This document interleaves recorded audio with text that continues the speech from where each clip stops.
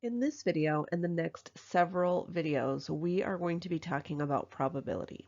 Now, I have found in my many years of teaching that students either love probability and it just clicks right away and it's the easiest thing they've ever done, or they hate it with a fiery passion. So hopefully I can help you to be in the first camp rather than the second. But if you're in the second camp, just be sure that you give yourself a little bit of grace, do the best that you can, and just practice, practice, practice. So in this video, we're just going to take a look at an introduction to probability. Before we can look at the math involved in probability, we need to take a look at the terminology. So the first term is a trial or an experiment, and that's simply a process with a result determined by chance. For instance, if I roll a die, or if I flip a coin, what do these things have in common? Well, I could list all of the possible outcomes that could occur if I roll a die, 1, 2, 3, 4, 5, 6, or flip a coin, heads, tails. And if I list all of those outcomes, that is called the sample space. So the sample space is all of the outcomes. An event is simply a subset of those outcomes. So let's take a look at how to determine this. Let's say my experiment is tossing a coin and then rolling a die. An outcome could be that I flip tails and then roll a 4. That's one of the outcomes. All of the outcomes are the sample space. So I could get heads and then a 1, 2, 3, 4, 5, 6, or I could get tails and a 1, 2, 3, 4, 5, 6. That is my sample space. Now, what is the event? The event is tossing a tail and rolling an odd number.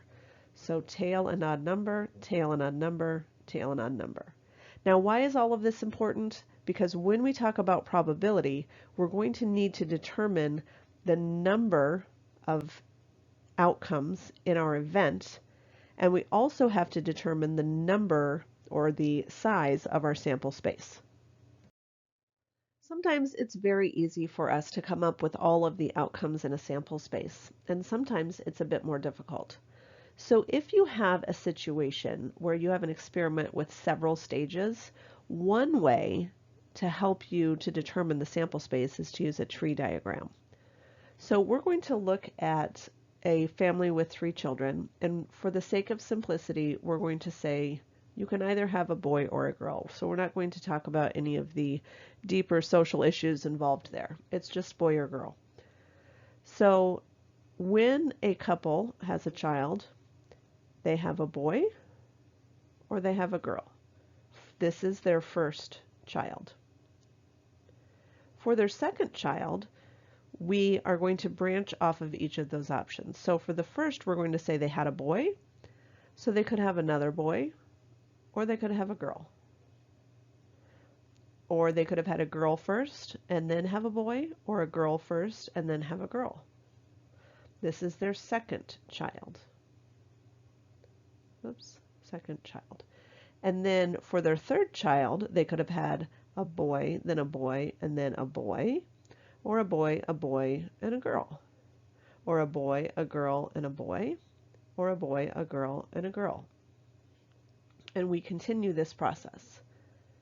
Now, the most important thing when you are doing a tree diagram, and this is the part I see students skip all of the time, and it drives me bananas, is you want to now list the outcomes.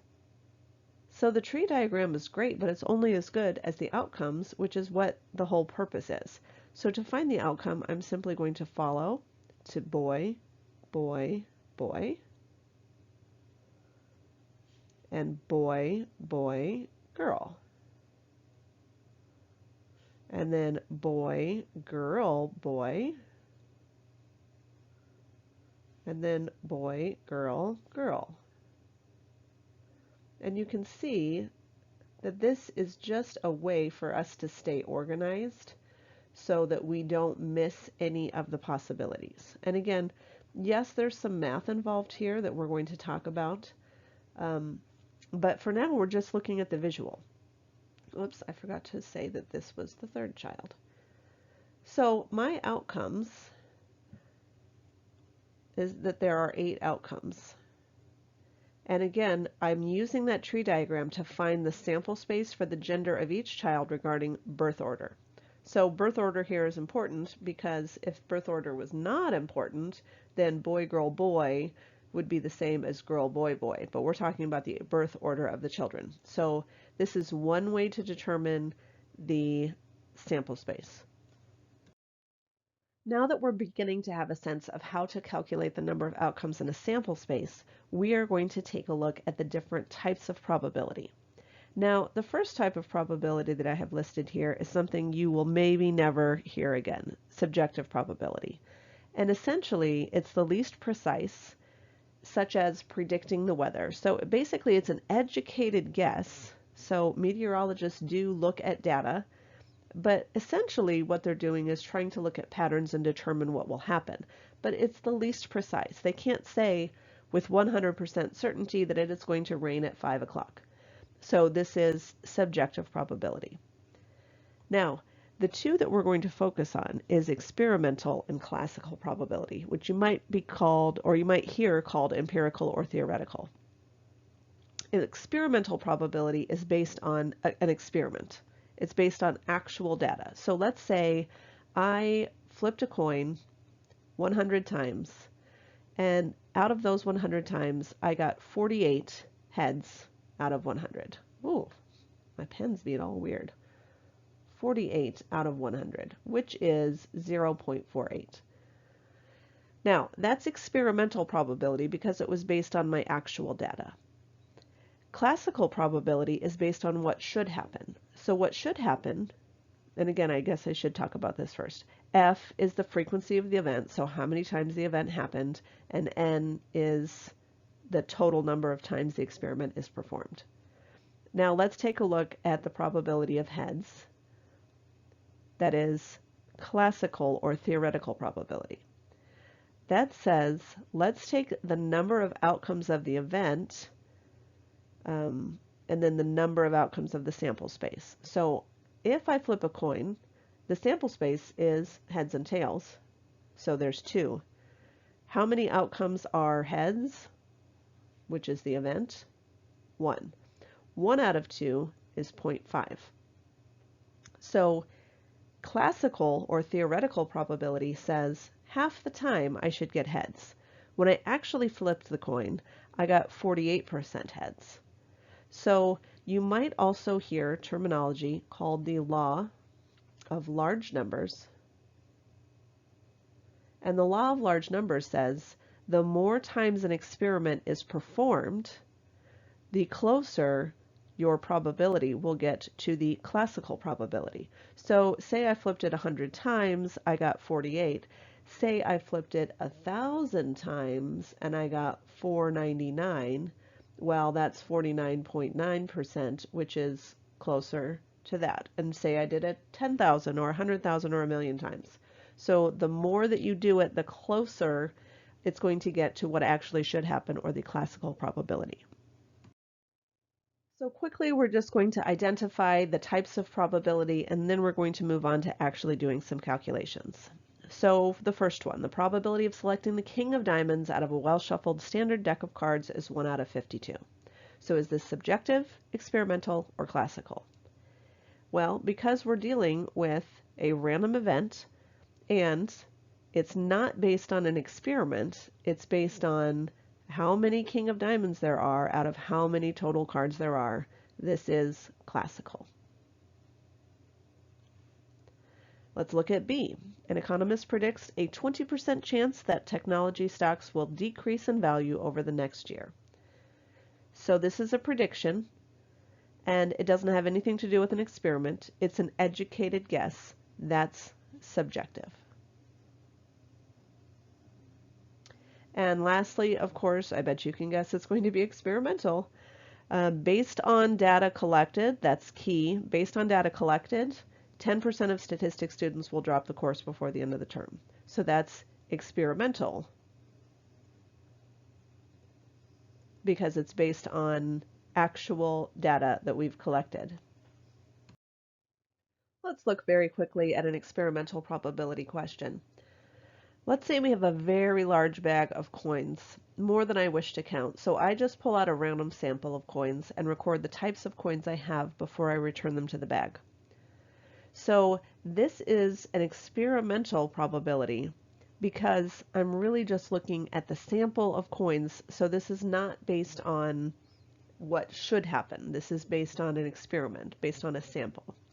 So if I randomly pull a coin out of a bag, what's the probability I obtain a quarter?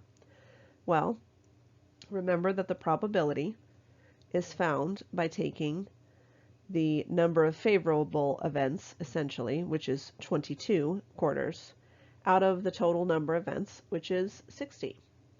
So just pay attention to instructions as to whether or not we should be reducing to lowest fractional form, which I can divide by 2 and get 11 out of 30. Quite often what you're going to have to do is you're going to have to write this as a decimal to 3 or 4 decimal places. Typically I do 4, but pay attention to Hawks to see how many they ask you to do. Now, in my calculator, I get 0.36 and the 6 is repeating. So just make sure you remember, if I have to round to 4 places, 1, 2, 3, 4, I'm going to look at the next number, and if it's 5 or above, which it is, it's a 6, that means this guy rounds up, so 0.3667. All right, what about a dime? So probability of a dime is 18 out of 60. And again, if I needed to reduce, I could take 6 into 18 and 6 into 60, and that would give me 3/10 or 0.3. Now, again, it's probably going to say round to the nearest 4 places. That doesn't mean that you have to write 3 extra zeros. So just a side note that you can just leave it as 0.3. Now, this last one is actually a rule that we haven't learned yet, but for now, let's just look at quarter or dime. How many of our coins are quarters or dimes? Well, I've got 22 quarters and 18 dimes, so total I have 40 coins out of 60 that are quarters or dimes. So again, we'll learn the official rule in a bit, but for now, let's just reason through it. We can obviously reduce that to 4 over 6 or 2 over 3, which again can be rounded to 0.6667. Real quick before we move on, I just want to remind you that probability is essentially the percent chance that something will happen, which means probability can be 0 or it can be 1. But if I get a probability greater than 1, I've done something wrong. The greatest probability is 100% chance. You can't say there's a 110% chance or a 300% chance. So remember, if I'm thinking about 0.6667 as a percentage, that is 66.67%. We're just moving the decimal 2 places. Let's take a look now at calculating some classical probability, and if you'll notice I put /Excel because essentially I just want to show you how we can use Excel as we are calculating probabilities, because all we're going to do is use Excel as a calculator, so I didn't really feel the need for a whole separate slide for Excel. So let's talk about this classical probability first, and then we'll talk about how to do this in Excel.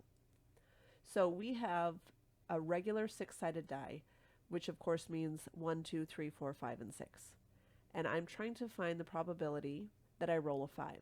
Well, if there are 6 sides on a die, and only one of them is a 5, then my probability is 1/6, which typically I'm going to turn into a decimal, and I'm going to go to 4 places. So just pay attention to what Hawks ask you to do, if they ask you to go to 3 places or 4 places.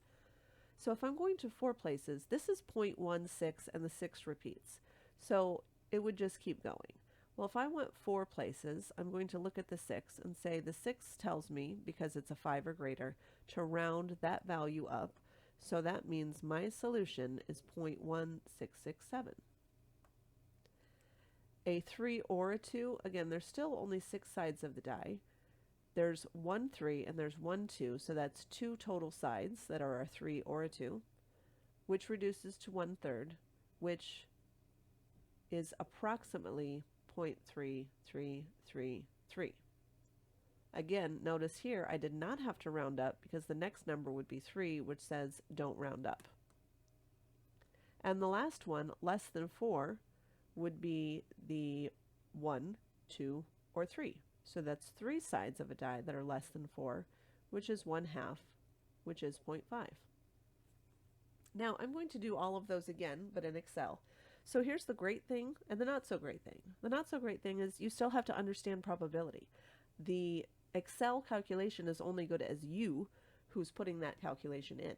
So I still need to understand there's only one side out of 6, but now I can say 1 equals 1 divided by 6, and notice I get my solution. And I can put equals 2 divided by 6 and get my solution, and I can say equals 3 divided by 6 and get my solution. Now, if you'll notice, these are to 4 decimal places. So if you're curious how to do that, I selected the column, I right-clicked, Format Cells, Number, 4 decimal places. So all you have to do is tell Excel that it's a number that you want it to 4 decimal places. Now, before I stop talking on this slide, I want to stress something to you. Common mistake that I see students make is if the final solution is supposed to be to 4 decimal places, and say there are some intermediate solutions that I need to come to, students have a tendency to round in the middle of the question. You might hear that called intermediate rounding. Don't do it. So if you have a final solution that needs to be rounded, don't round any of the stuff in the middle that leads you to the solution. For instance, if I were doing this question, and I was saying, well, a 3 is 0.1667, and a 2 is 0.1667, what do I get when I take 0.1667 plus 0.1667? Well, I get 0.3334, which isn't right. So don't round in the middle. Wait till you get to the end to round. Let's take a look at just one more practice. Consider a beginning archer who hits the target 50% of the time. What is the probability that in 3 shots the archer will hit the target 2 or more times? Use a tree diagram to model the situation to find the sample space. So again, the fact that it's 50% of the time means our tree diagram is going to look a lot like the tree diagram we made for genders, boy, girl. It's going to look something like this. So this tells me that I can hit or miss the first time, hit or miss the second time, hit or miss the third time. So that's the 3 shots. This is the first shot, the second shot, third shot. Now, why is a tree diagram helpful? Because it just told me that there are 8 outcomes. So the probability of 2 or more hits is some number out of 8. So now let's look at the outcomes. Here's 2 or more hits. Here's 2 or more hits. Here's 2 or more hits. That one is not. This is 2 or more hits. That one's not. That one's not. That one's not. So there are 4 out of 8, or 1/2 of the time the archer will hit 2 or more hits out of 8.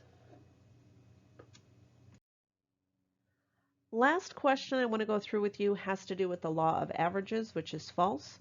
Consider a family that has had 6 boys. What's the probability that the 7th child will be a boy?